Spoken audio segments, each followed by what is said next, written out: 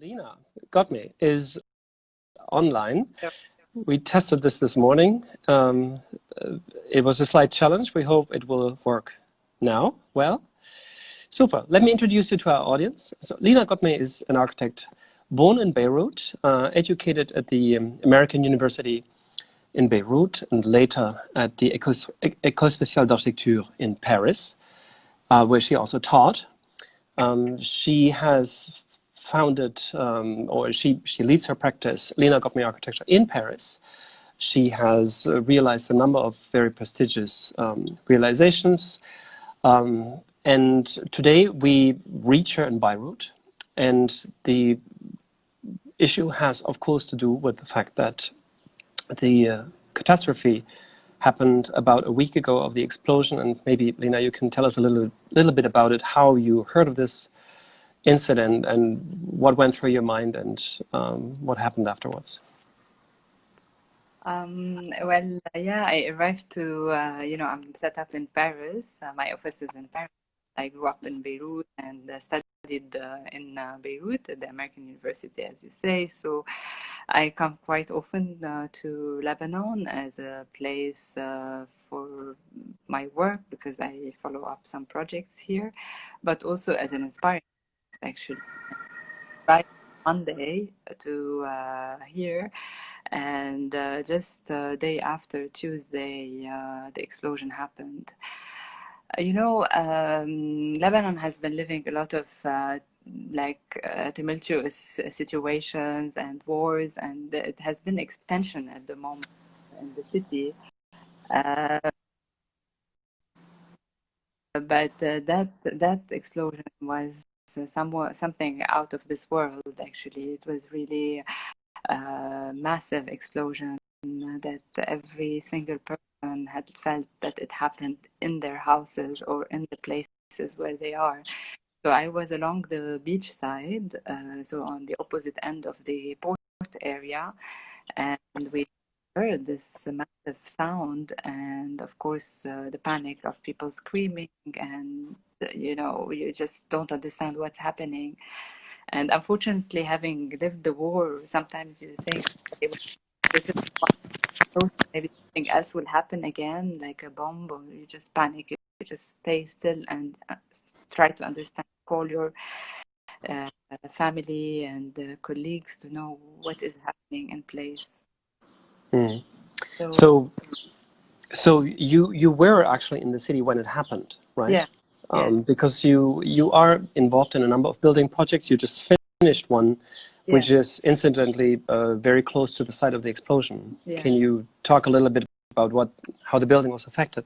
Yeah, I mean, I designed the building that took a few years of design and construction, and just opposite the port. And normally when I arrive, I was telling to few people that questioned me. It's true that when I arrive to Beirut, I usually have these definite places that I go through to. Basically, I go to see that building because it's just finishing up and we have few things to finish. And just across the port, I go to the locals office, office space, which is in Tabaris and not far away, and to this cafe. And I was very lucky really to go to the cafe before going there. So this is why the situation was surreal. So in a way, you survive that. You're not sure if you're alive anymore after such an event.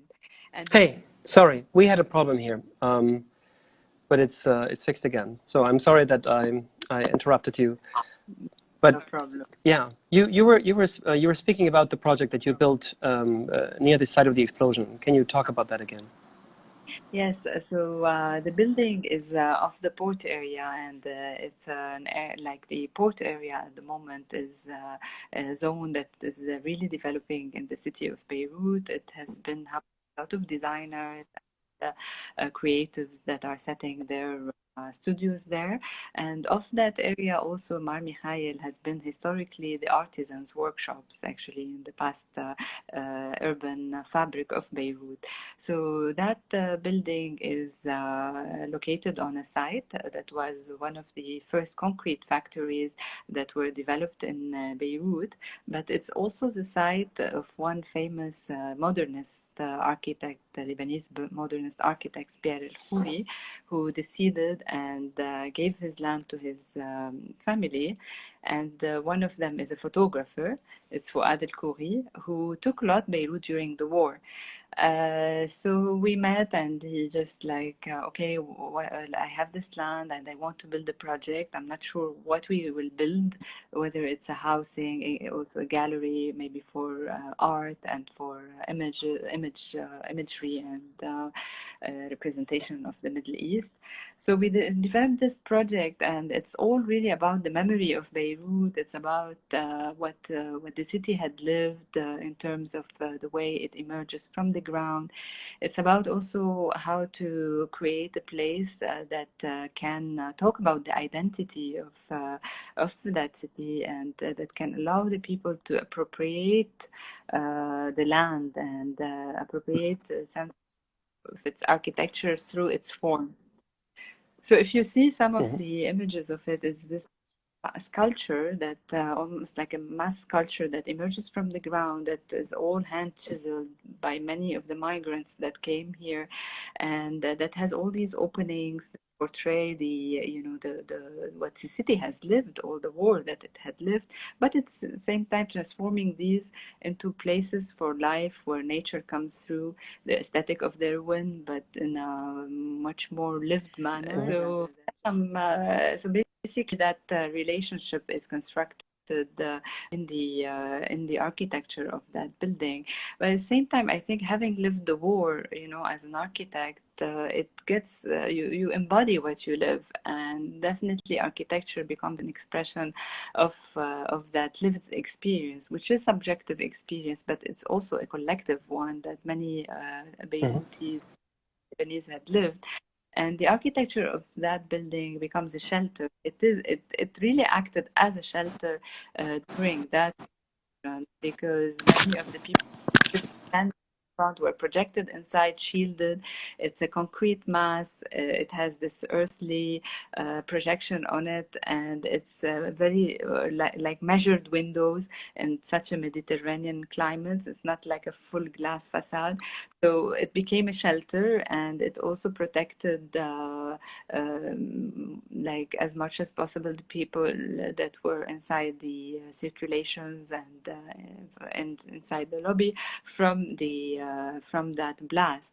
So I was really like quite at the first glance surprised actually to see it standing, or at least see the envelope intact. It looked still, it has its dignity, except of all the glass was completely shattered, and of course all the interiors, everything that's mechanically fixed was completely blasted within that building. Did you the building looks so massive, and it has also withstood the ramifications of the explosion, as you described. I was wondering, as an architect building in Beirut and in Lebanon, do you ever build a building with the idea in mind that it possibly could get destroyed in its lifetime? Of course, unconsciously I do. Unfortunately, I do, and it's a feeling. I do not consciously think of it when I'm drawing this building as a place that will be destructed. Of course, I mean, as most of us, we are optimistic, I hope, and we try to look at the bright side of things. But unconsciously, having lived that, I always thought I had these ideas that would this building withstand another catastrophe. Unfortunately, Beirut has been very unstable in terms of its geopolitical situation, in terms of the wars that had lived, but it's also unstable geographically, because it's also a very like a seismic zone. So the building had also to withstand seismicity. It had to withstand time as well, decay, because we are in front of the Mediterranean. It had to, it had to age in a way graciously, and mostly not be just this kind of expression of this assembly of different materials that today we stick together and we glue together. So I really want maybe it's also a way to anchor oneself into the ground, into that belonging to the earth where we grow at times. So yes, the idea of the obstruction occurred, and I think somehow when we're building, we're also thinking always of the void, of the contrary, of the contradiction of act of construction as well, as architects. Mm-hmm. So this kind this series, Lina, has been yes. This series has been inspired actually by a reflection that we may need to entertain about the long-term effects of this COVID-19 crisis, when whether it's just a transitory crisis or whether it's actually something that will change our cities and the way we build in some way. I was wondering how did Lebanon and Beirut live through this crisis so far, and how would you see its, I mean, how has it changed the way that people use the city? I think like at the moment, Lebanon has been living multiple crises at the same time. So really, urban fabric, the urban governance, and the governance as such is very much challenged, and rightfully so. So it has been living a social crisis, it has been living an economic crisis, and the COVID crisis has added another layer on that. And in that sense, we could see how the urban fabric is challenged as well. And I think, for the COVID crisis more specifically, one starts to think what makes a city actually, and what are the tools that we use today to construct our cities. And we start to realize that we don't use enough the right tools.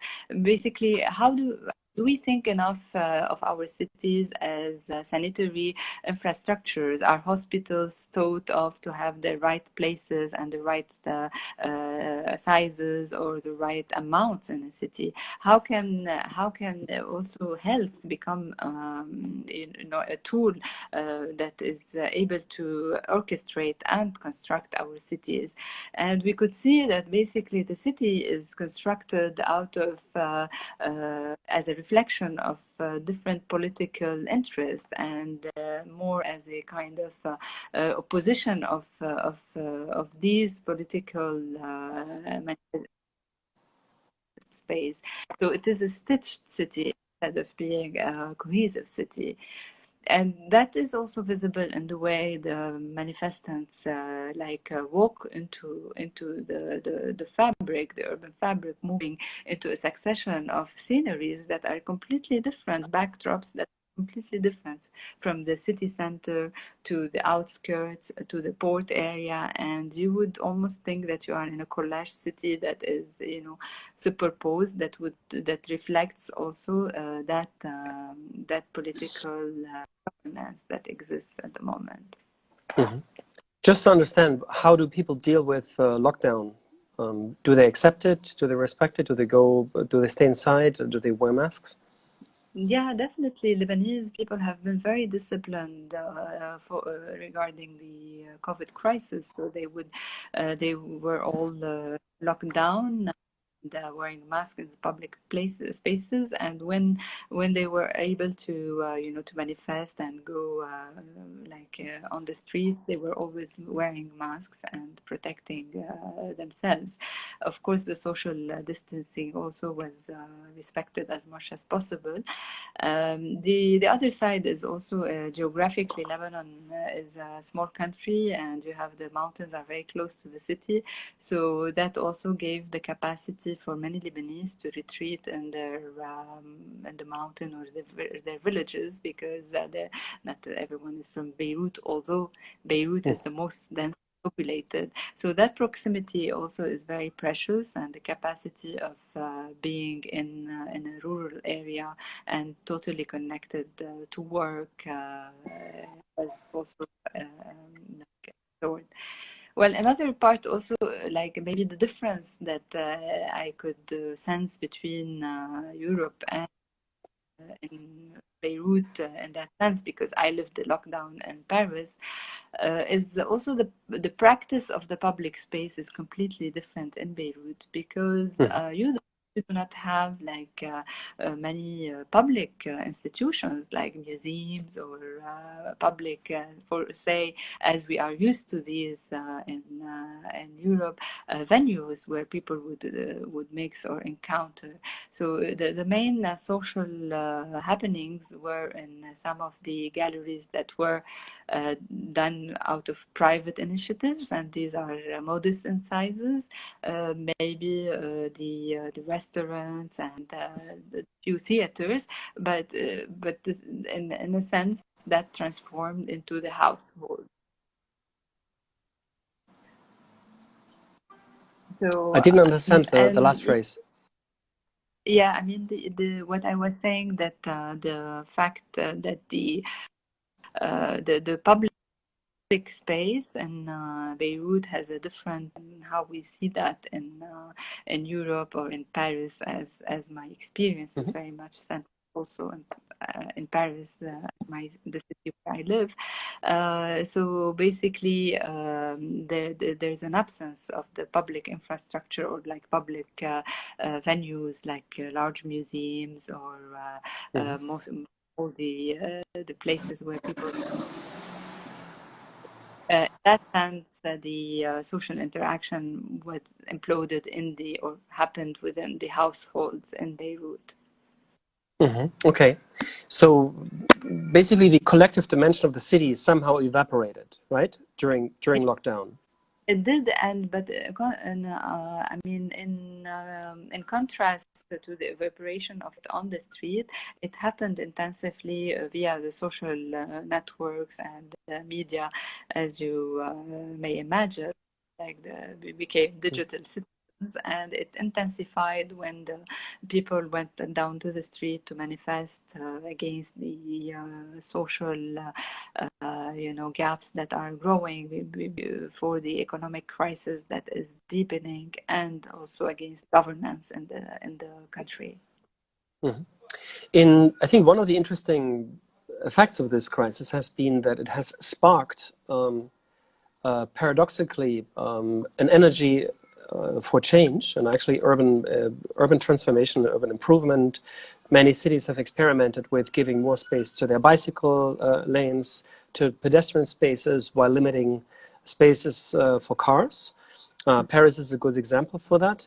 Are there any kind of developments in that sense that you can see in Beirut too, where you say there's one positive outcome of this crisis after all? And I think what is very impressive after the explosion and the many events that Beirut has been living is the mobilization of the citizens and the nation, like the Lebanese people, the youth, that are really taking in hand their own territory, their own city, and going on ground to help, to help the people who have been affected by the explosions, trying to really create a network by themselves, trying to clean the streets. So that is so important, because at some point, on one hand, it allows also everyone to think about all the materials that we are finding out of this explosion. So there is a lot of a great sense of ecology in that, where people would keep the glass, keep the aluminum that is coming out of the explosions, to be able to be reemployed, recycled, to reconstitute with these materials, and repair the households. And this is important. This is, of course, coming out of also the economic crisis that is rendering almost impossible for Lebanon to outsource materials or to buy with the foreign currency, because there's a massive inflation happening. But at the same time, it's generating a local economy. It is very difficult to establish that, but it is being established bit by bit within the country with these kind of initiatives. Like talking about the mobility, it's a more difficult challenge, it's a greater challenge in Beirut because of the way it has been laid on. And if you know a little bit Beirut, it has been constructed out of like a stitching of different neighborhoods. Each one is divided by this kind of large infrastructure that just cuts the neighborhood from one another. So there is no like a smooth urban continuity that allows pedestrian or like a bike to be safely moving around the city, and this also reflects in a way the way the city has been socially structured, and the urgent need of stitching, of bringing all these communities together to become one, and to reflect what the demands of the streets are being like are claiming at the moment, and to reflect it into the urban construction. Also, there are lots of initiatives into forestation and planting, like a greenering the city. Before that explosion, you could see a lot of NGOs happening, and they also are thinking about food sustainability and self-sufficiency, and planting the roofs within the city. The difficulty is that all these are individual and more citizens initiatives, and they lack the presence of a governance that is allowing to bring all these initiatives together and making them like cohesive in the urban environment of Beirut. That's maybe a good point to shift a little bit to Paris, the city where you live and practice, which is, of course, a city that is based or anchored in an understanding of urban governance that is very strongly top-down, and where the mayor and the mairie has a lot of power. And currently, it also uses this power by, in a restructuring and transforming effort of the city. How do you see these developments? Mm-hmm. I mean, Paris has been undergoing a great urban development, and I would say close to like a kind of ecological revolution since a few years now, and the city to become a greener, to lower the carbon impact also of the city. So the initiatives have been also addressing different sectors. The construction sector by using more sustainable materials, whether wood or other sustainable, at least local materials.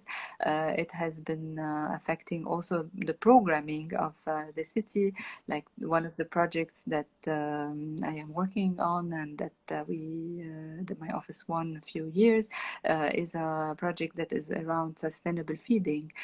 So it's about also orchestrating a whole program about how we could eat more sustainably in economy, and to raise an awareness of that, of the importance of thinking of a circular economy and the closed loop of feeding. So the programs also of the city has been, the functionality has been changing. Also a kind of a counter reaction to zoning that has been the basis of the development of our cities in the past destinies, where we just put housing in one side, like offices in another, and the city has been thriving for creating a mixed city of functions, where you don't need more to, or at least reduce the circulation, the traffic, the working environment. And of course, the kind of mixity between household and work environment, where now we know that we can work sometimes telework, and sometimes at distance from the office. So we have to have households that are flexible enough to be able to accommodate to this multiplicity of functions. That also, of course, had been also tackling all the like vegetation and the greenering of the city, and being able to reduce as much as possible our carbon impact through the landscaping and through allowing for green pockets within breathing green pockets within that city. And it's all about really like transforming our way of doing and making and urban mobility by using the bike, and the bike lanes being developed much more smoother way. Of course, the COVID crisis had increased and had asserted that, and we could see the reflection of that through the elections, the election of the mayor of Paris at the moment, but also the election in many of the cities in France, where the ecologist has been gaining more votes. So that also emphasizes the will of people to go into that ecological transition, and also what we all lived during the COVID. The way of moving in the city was the bike, because it allowed a kind of social distance, contrary to the metro or Public transport. yes, and it was the fastest way to cross the city. You could do all Paris within 20 minutes. So and it's actually it's very interesting how all this like intersect into the construction field, into the functionality urban field, into the mobility, but also into the representational tools that we make of the city. So now we could see maps growing emerging of Paris, where you could understand how you could cycle from one point to the other in 20 minutes. So it allowed you also a different reading of the city, different mobility. Would you say that this experience of the crisis in Paris has actually strengthened the position of the mayor Anne Hidalgo, who has a very radical agenda? I mean, comparably speaking, with ideas such as like making the Seine swimmable by the Olympics in 2024, or by her ideas of really trying to ban the car as much as possible from the city center. Usually these claims would have been considered as unrealistic and utopian. Now it seems that they somehow go through. Do you think even after the crisis that her position will be even more strengthened, that people say, yeah, actually this is the time to do these kind of changes, to live in a city that you can actually live in well and don't have to subordinate to the car, for instance? I think so. I believe so, because when we lived, the confinement, there is a sound of silence in the city that was fantastic as well. Of course, it was a difficult situation for many of us, but there is also a realization that happened at that point, where you could really experience the silence of the city. You could suddenly hear that there are birds. Actually, there is nature in the city. There's nature that could grow. There's a biodiversity, and the absence of cars allowed people to claim the street and to see their cities in a different way, even if it's the half an hour that each one of us were able to go out. So that allowed us to emotionally experience the city, and sometimes we tend to forget the importance of of our experiential like the experience of the city and the emotional experience of the city. And these moments were allowing us to get in touch again with our innate need, and the importance of having less noise, less cars, less breathing, and the importance of nature, which had a soothing effect in these times of crisis.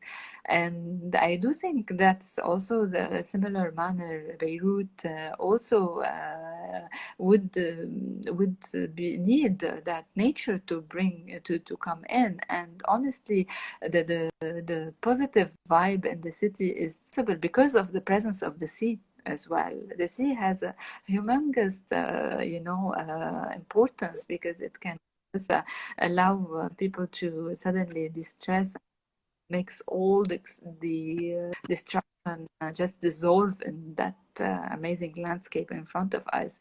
So we do need to be close to nature. We do need to be close to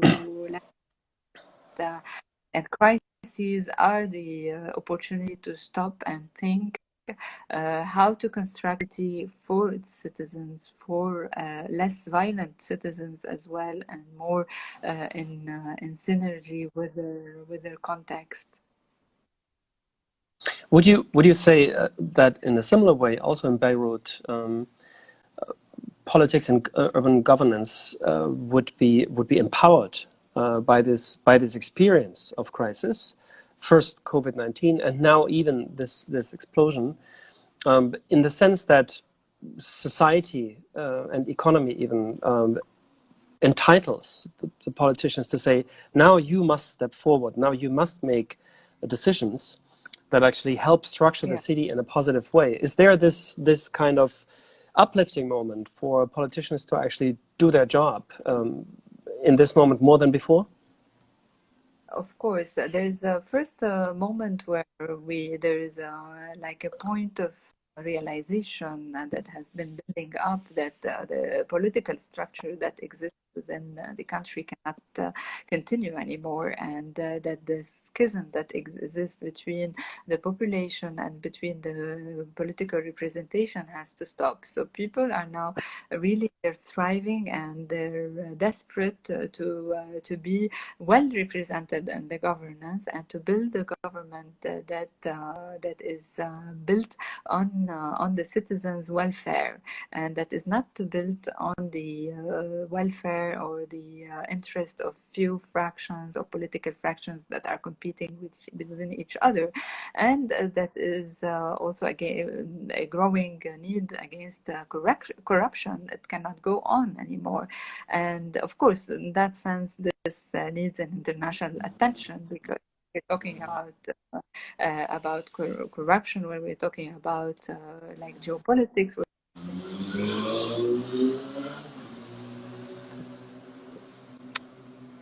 Okay, I didn't get the last piece, but I think I went until corruption. I think I can imagine the rest.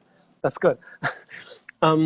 There's one thing you mentioned before, the activity of people, or the population in Beirut, becoming active in terms of recycling construction material that they could harvest from the debris, and that they instantly made themselves useful. Was there something similar with architects? Because they could have a key competence in, also taking the next step and rebuilding the city. What is the activity of architects, and what do you think can be their impact? Mm-hmm.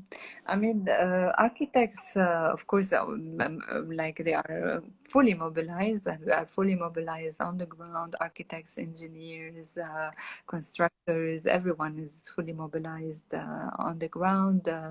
We created like a network of engineers and architects for the city, and kind of a database, and the young people are really active in that. And the role, immediate role, is a role of relief. First is the role of like assessing the situation of certain buildings, by whether it's just like regular, let's say, contemporary buildings, but also assessing the situation of heritage buildings. Before that explosion that happened in like in the port area, affect Mar Mikhail, Maizeh, and Tabriz area, there was a lot of manifestation for the conservation of old precious houses, Lebanese-style roof houses, and the heritage of the 20s and even of the 60s. And that explosion, unfortunately, has just made all these already very weak structures collapse.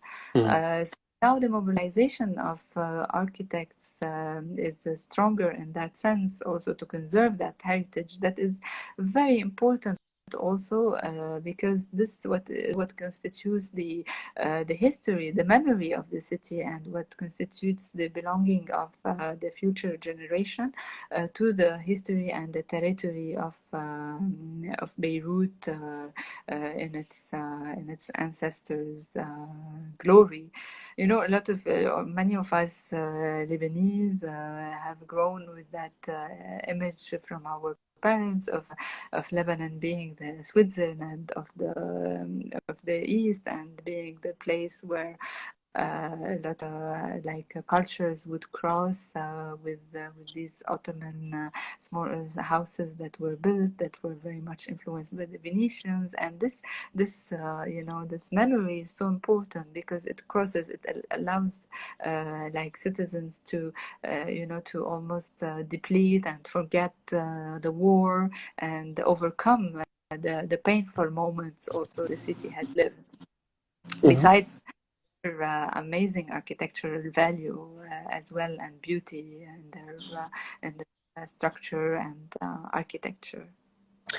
You know, that's interesting in the discussion about architecture and the history of the city and the future of the city. Conservation seems to be one end of the discussion, and whereas new construction seems to be another. Now, what I find interesting about your career and your approach to architecture is that before you studied architecture, you wanted to become an archaeologist. And it seems that archaeology has retained an importance as a concept, or as a, let's say, as a generative method of dealing with space. I hear and I know from your writings the importance that the unearthing of the past plays for your understanding of making space as a designer. In what way do you see, the connection between the interest to keep the fabric of the city that exists but is also under threat, as you describe, and on the other hand, the necessity and the possibilities of extending that fabric with new one? Can there be a practice of building anew that is actually fueled by keeping the old?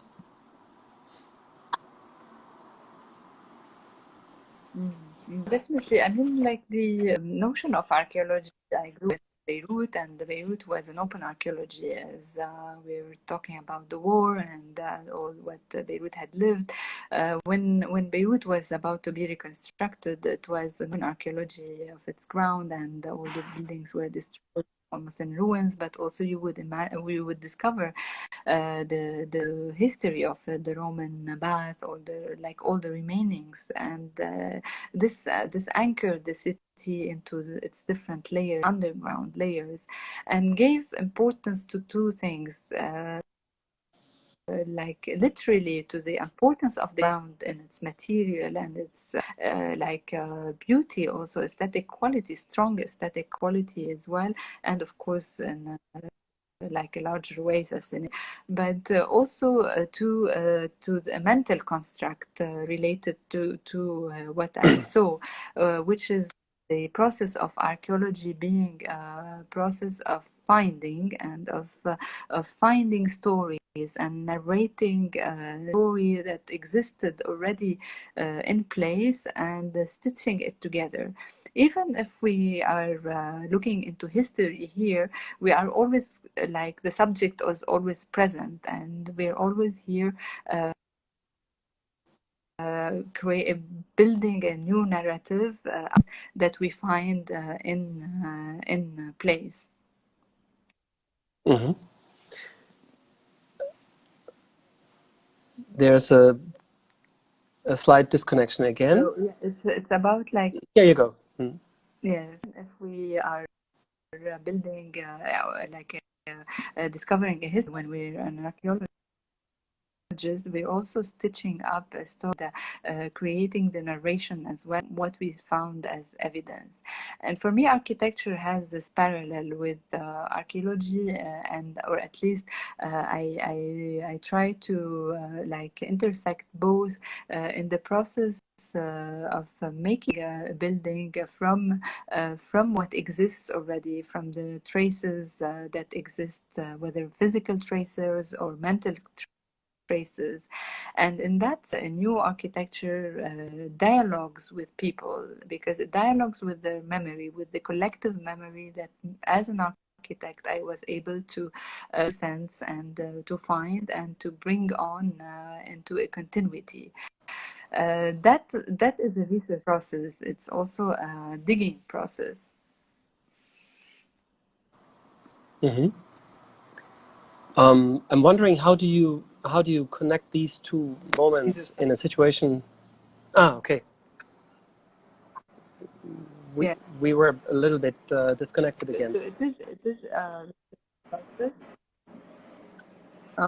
So it's about really finding these traces and building them anew, and allowing at the same time history to seep through our new architecture or a new figure, and at the same time kind of new or original form also by itself, because we cannot we're not reproducing completely the old. We are bringing a new, we are mixing the dynamics of our contemporary challenges of today, the way we want to live in the future as well. So this is where archaeology is for me kind of process that inspires the making of architecture and allows the old to be connected to the future, but not only as a formal act of construction as a building itself, but also as a social act, because it allows people to suddenly look at a building, even if it's a new building, and think, but I almost feel like this has existed already, or this like what Gaston Bachelard would say, the déjà là, or like the almost there, and to be connected to the spatial realm itself. Mm-hmm. How do you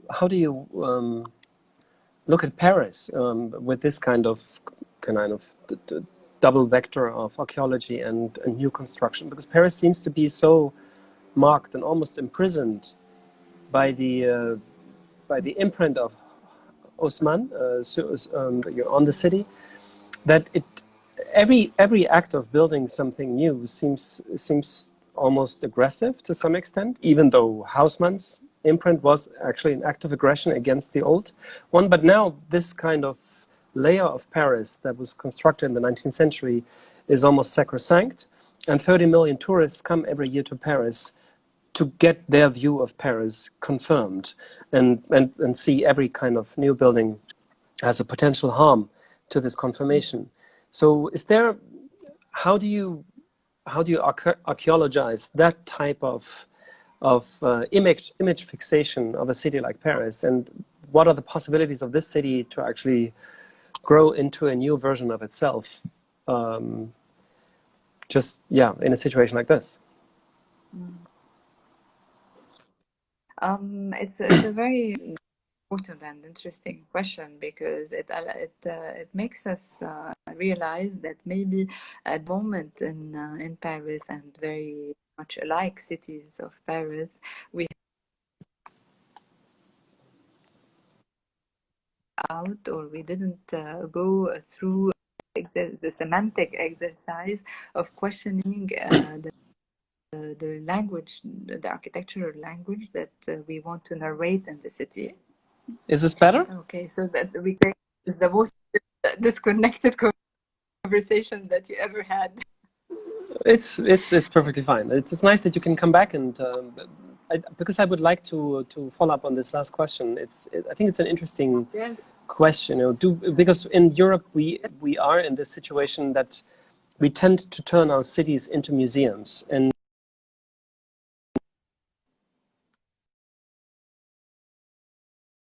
again, yeah.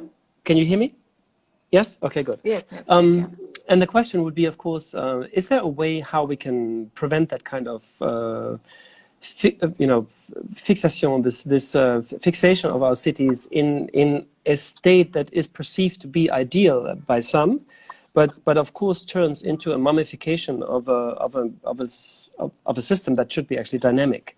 And I was wondering whether your cultural experience from Lebanon and Beirut, where the city is never static, where it has to be dynamic by force, because the influences that work upon it are so dramatic and contrive the city to actually react, respond, and adapt and transform with these forces. Is this something that you can carry as cultural kind of luggage coming back to from Lebanon to Paris and invest in the city that is almost kind of burdened by the stability of its iconographic expression? Is there something that you can kind of dynamize a city like Paris with your understanding and your upbringing and your cultural interpretation of architecture? Yeah, I mean, it's totally true. Like in Beirut, what is interesting is that this kind of urban lab that is constantly in movement, and you can see different